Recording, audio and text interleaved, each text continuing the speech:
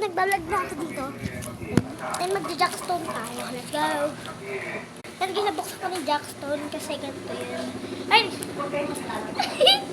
Ayan na, dapat nakakuha mo ito lahat. Di ba marunong? Di talaga marunong, promise. Ay!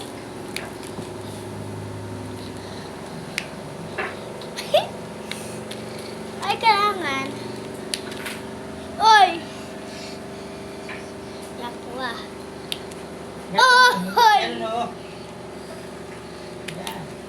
Layo naman sa'yo eh. So guys, nakaapat na ako. Eto. Last na lang to. Teka lang. Pinutol yung dila yung asawa mo. Talaga. Hindi ko guys makikain na lang dito.